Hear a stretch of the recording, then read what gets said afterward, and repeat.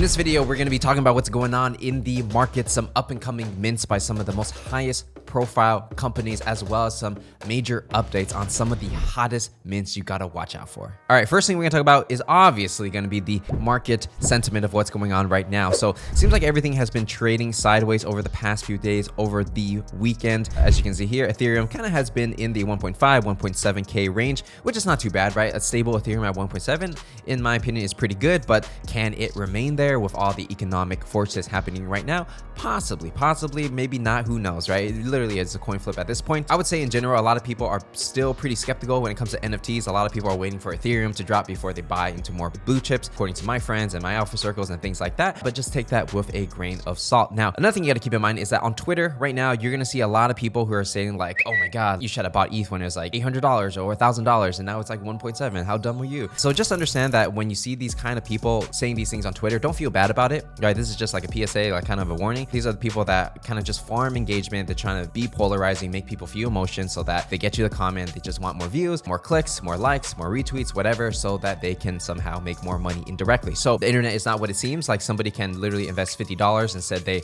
bought the bottom at $800, but they don't really say how much profit they made. They don't share their wallet address. So just understand there are a lot of people that fake it on the internet just to get a response, and just don't fall for it. Maybe unfollow those kind of people because it's pretty whack, honestly. So moving into one of the largest brands when it comes to jewelry, it's going to be Tiffany and Co. Everybody knows it, right? And they are going to be launching their new NFT called NFTiff. Okay, it is going to happen in about 4 days from now. Supply is going to be 250, and the price is going to be 30 Ethereum. So what they're doing is they are making a NFT project that is coinciding with Crypto Punks. So basically, this is only going to be available for people that hold Crypto Punks, right? Essentially, you're going to get this NFT over here, and then they're going to make a diamond jewelry version of your Crypto Punk depending on what traits it has. So if you have a blue bandana, then they're going to have blue bandanas, and they're going to have to use certain gems for that bandana, right? So looking real quick at what the jewelry is, it's pendant with 18K rose gold. Each piece is going to have 30 stones. Deepak.eth, he's kind of like showing what it's going to look like. As you can see, it's like a little pendant over there, pretty cool. So kind of looking at this, why is this significant for the NFT space?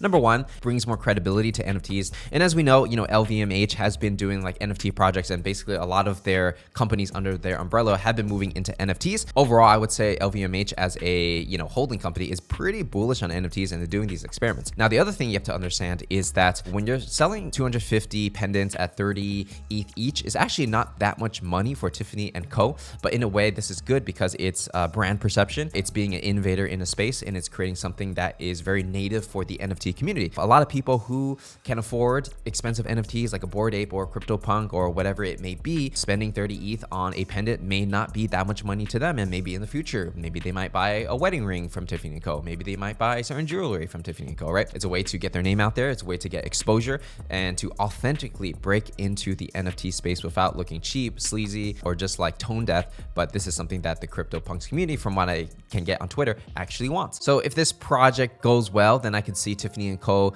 doing more collaborations. It's not an official collaboration with Punk from what I can see. It's more of like Punk owners using their IP rights to, use it with Tiffany & Co to create something custom and have it all legal, right? And so if this works, I'm pretty sure that Tiffany & Co can continue to create different NFTs for different communities, right? So they can create a Doodles one, maybe a Moonbirds one, or maybe a Nizuki one, right? Tapping into each of these markets is actually pretty powerful because you get into the mind space of like thousands of people who are willing to spend a lot of money on luxury products. So if anything, this is a pretty smart marketing move to get people more involved, purchase more Tiffany & Co products. And for me, why I feel this is pretty valuable is because when you are selling an NFT and it's just a JPEG, sometimes that JPEG might like lose its value like very quickly. It might be 30 ETH one day, and the next thing you know, it's like 3 ETH, and you just lost like significantly amount of money. But if you get a physical product that has some sort of value to it, like it's jewelry, even if there's a markup on it and maybe you can't sell it for as much as you bought it, at least it will be worth something, right? At least you can like break down that piece, sell all the gems, sell all the precious materials, and then it will be worth something. So pretty bullish on the idea of selling an NFT, which is what they're doing, that comes with a physical product. So it's kind of like they go hand in hand. Will the NFT itself be of value?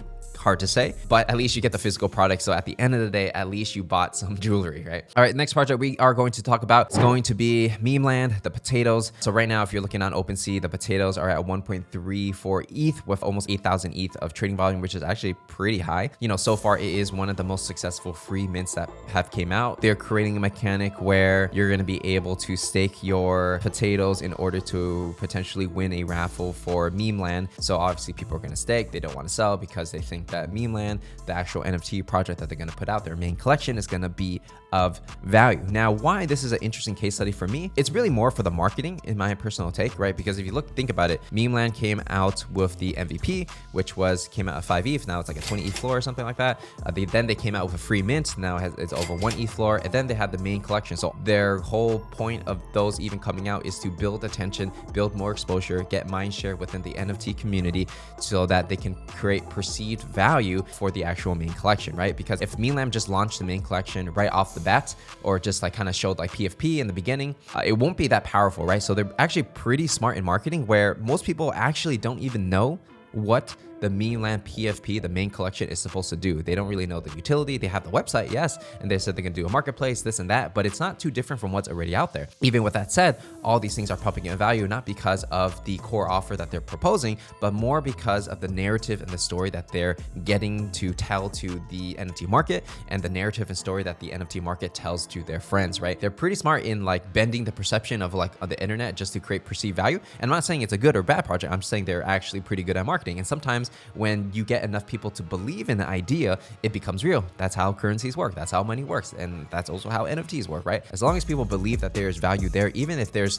nothing there quite yet, people will probably think it's of value, and then it will become a value, right? So like, why is an MVP like 20 ETH? You know, people can have a story. Oh, because you get to connect with the founder. Oh, because so many other people have it, right? It's just stories that we tell, but it doesn't quite do anything for you. So I think if you're like an NFT project founder, or maybe if you're like a speculative investor in NFTs, you probably want to look at what Meme Land is doing and seeing how they are doing the marketing, and see like which other companies eventually copy this strategy. I think if you give too much of what you're doing in the beginning, your project won't be hyped, right? It won't get that many retweets, it won't get that many likes. But if you take the opposite approach of like, you just put out teasers, cryptic messaging for the text, concept art that relates to nothing, doesn't even have to relate to what product or service that you're going to offer, and people are hyped because they're like, oh my God, I'm so excited about this. Right now, I see that working really well. And so you want to watch those projects that do it. The ones that just put out like PFP and that's it, those won't get that far in terms of how much reach and hype they will get. People like a mystery, they like a tease. It's not very logical, honestly, because people don't know what they're buying, but then people are kind of tapping into that gambling mentality. And it's just something that I'm personally paying attention to. I'm not saying it's good or bad. I'm just saying that's what the state of the market currently is when it comes to the NFT space from my perspective, right?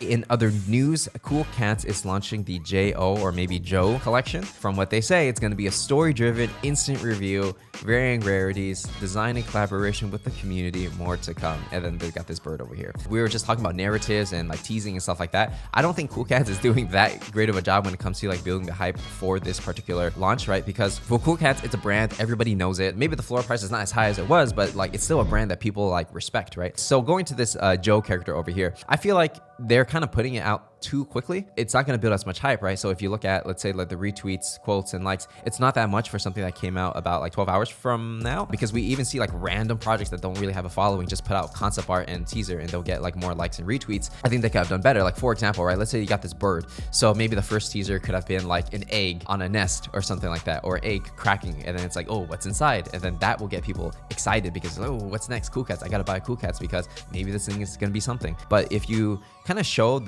everything up front, people will make the decision, should I buy, should I not buy? A lot of people are going to make the decision of I should not buy because it's not going to be hyped.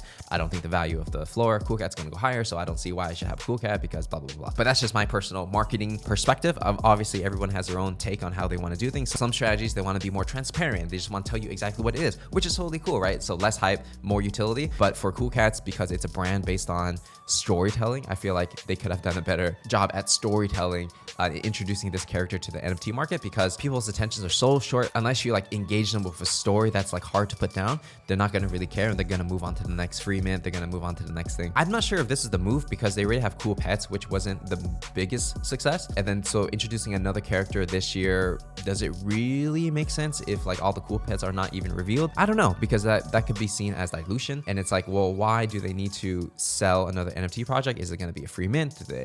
Everybody gets one that has a Cool Cat. But if they were minting it, for me, actually, it's a kind of a red flag of like, why do you need to create more characters when Cool Cats itself has a lot of potential to go? You risking dilution is kind of like may actually hurt your holders in the end, but I'm sure they have a plan. I'm sure they have advisors thinking of all this through. And by the way, if you are a Parallax holder or if you are thinking about joining the Parallax, just know that we are going to be coming out with an updated roadmap coming up in this week's AMA. So if you can make it to our AMA, make sure to check it out, learn more about what we're doing with our media company and education. And I'm excited to show you guys what we have in store. And with that said, I will see you guys in the next one.